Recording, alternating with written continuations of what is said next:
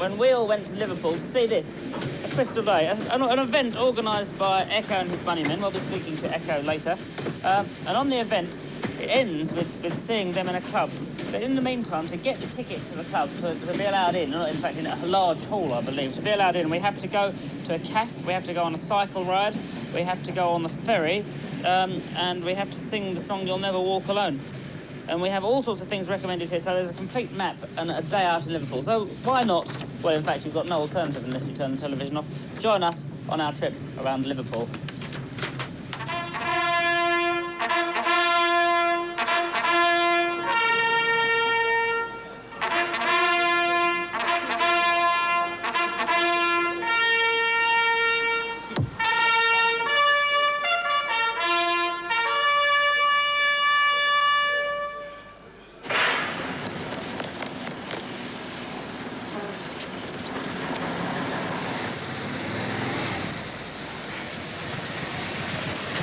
Well, keep that off the road, drive on the pavement, that's what we'd say. Meanwhile, let's go and see Pete and Les. Yeah. It's looking a bit tidy here at the front, though.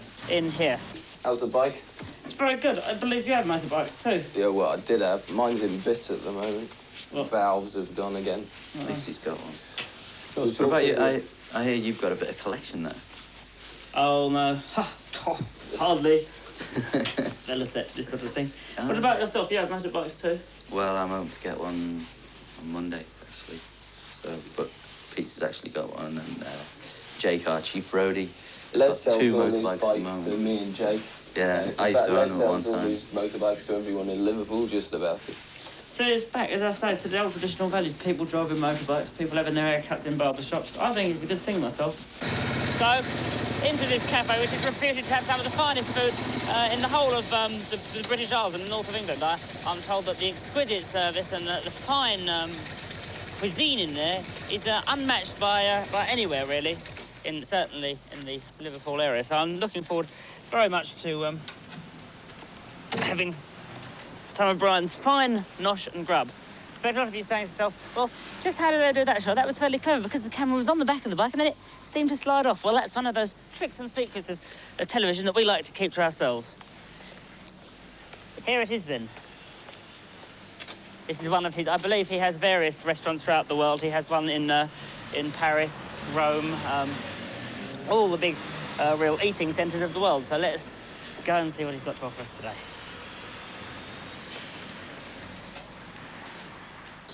So here we are then at Brian's Diner, where, thank you so much, where everybody has to have their breakfast. It says Brian's Diner opens at 8:30 a.m.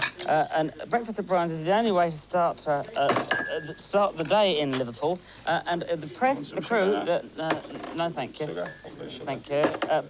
The crew, the band, the record company and audience must all have breakfast in Brian's, thank you so much. All have breakfast in Brian's Diner or they shan't be allowed, yes, no thank you. Won't be allowed into the hall. So here we are having our breakfast here. And also, you have these tickets to the Crystal Day, which we've got. And with these tickets, we have to have those stamped before we can actually get in to the hall. So if we could stamp these, please. Stamp? Yes, please. Thank you so much. So this will now allow us, with this stamp I've eaten at Brian's, will allow us in. What can you say about Brian's food? Well, it's very enjoyable, and that sort of thing you have to say, because he has this is true, Brian McCafferty is the proprietor here, and he has the fastest punch in the whole world. So his food is absolutely wonderful. Where to now? Well, the question is this. No, the answer is this. Ferry across the Mersey.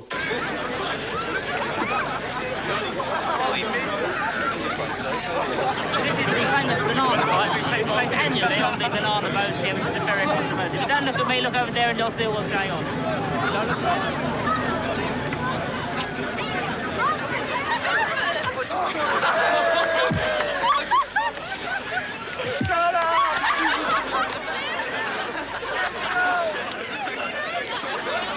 Get a camera close!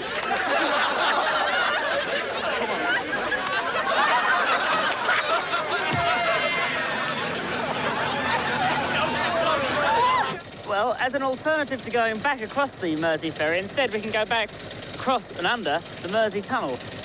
which we're about to go across now. And also, as well as that, the land speed record has not been ever set or taken through the Mersey Tunnel, and we're going to do that today. The fastest is 2.5 miles long, the Mersey Tunnel. The fastest time it was ever done in before was 1 minute 15 seconds, so a man travelling at 120 miles an hour. We intend to do it in considerably less than that. We're going to clock it and have a synchronised speed up on your screens. In fact, can we have the clock and the synchronised speedo on your screens? Thank you. So now I think we're ready to break that world speed record. And when we get to the other side, we're going to go even further than that, because we're then going to go into Yates's Wine Lodge and see a celeb. We've been strapped together, the cameraman and I, because of the G-force, and I'm wired up to test the human body's reaction to going at such enormous speeds. All right, goggles on. Engine warmed up on this massively powerful Hesketh. Into the first gear, right? Okay, then, here we go. Land speed record. Oh, fucker.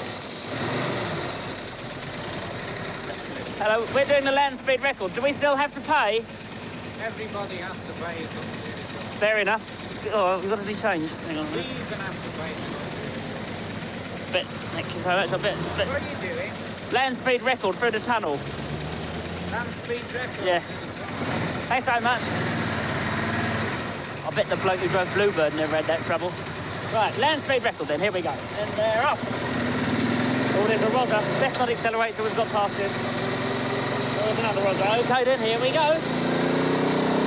In a moment, I'm going to switch into hyperdrive. Once we've got well into the tunnel,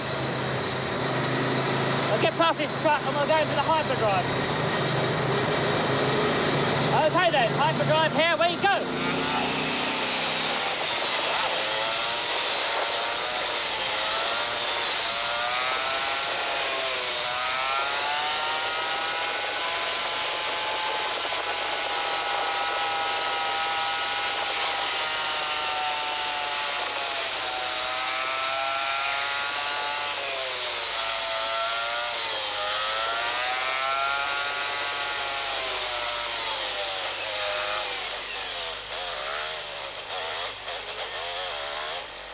Oh no, it's the police. Still, best carry on.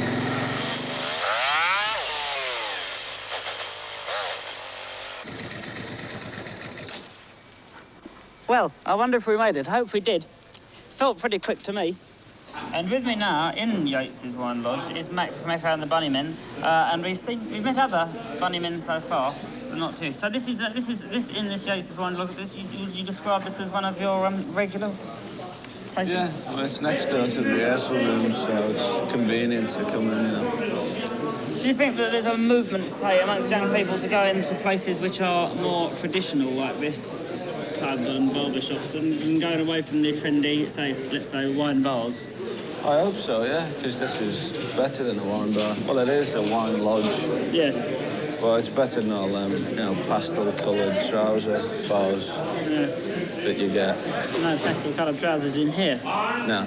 Also, they do serve, which I believe is that you have a staple diet of these sardines, which you can have a good look at. In fact, you can have a really good look at it. Look all over the lens. Nice close-up look of these sardines, which you can eat. And Yates himself, do you know why they have the sardines? Yeah, apparently he thought people who were workers, with the pint, they should have a can of sardines. Yeah, lots of nourishment, you see, iron and vitamins and so forth. So what other places would you recommend a man should go when it's in Liverpool?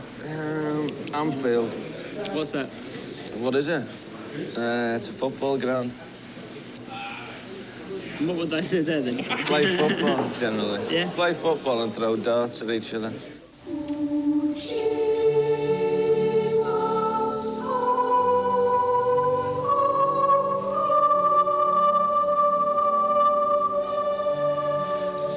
Inside the cathedral now we can look beneath these awe-inspiring vast Gothic arches out over this grand design of a cathedral.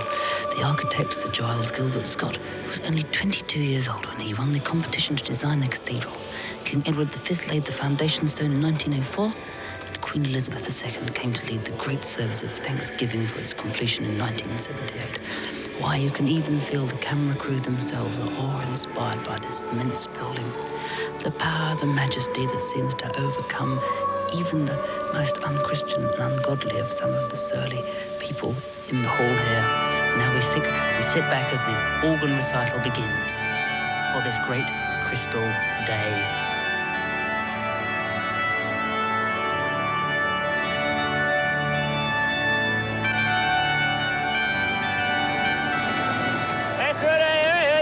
It's remarkable the amount of people who shout at you around here in a very friendly way. It's also red.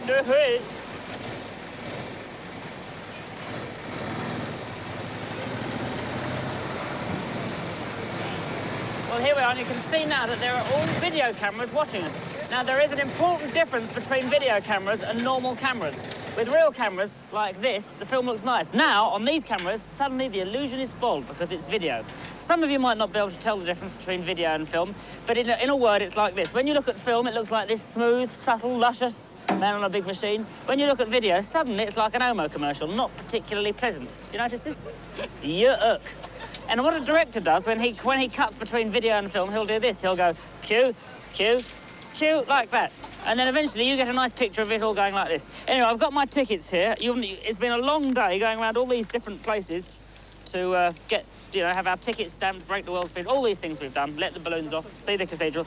Eventually I've got my tickets, but frankly I think they're just a little bit too soiled. Debauched, soiled is the word I'd like to use, but certainly if you'd like to tell everybody that they are covered in, yes, as you say, a lot of stuff. So, yes, thank you. So, as I decided I probably won't be allowed in with tickets like that, and we know how fast this motorbike is, I might as well go home. And I'm going to go home on 3 cameras at once, and you'll see this one, and this one.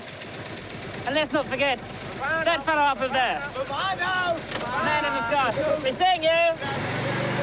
Pardon me. Oh, nearly had an accident. Slaughtering hundreds. We're seeing you.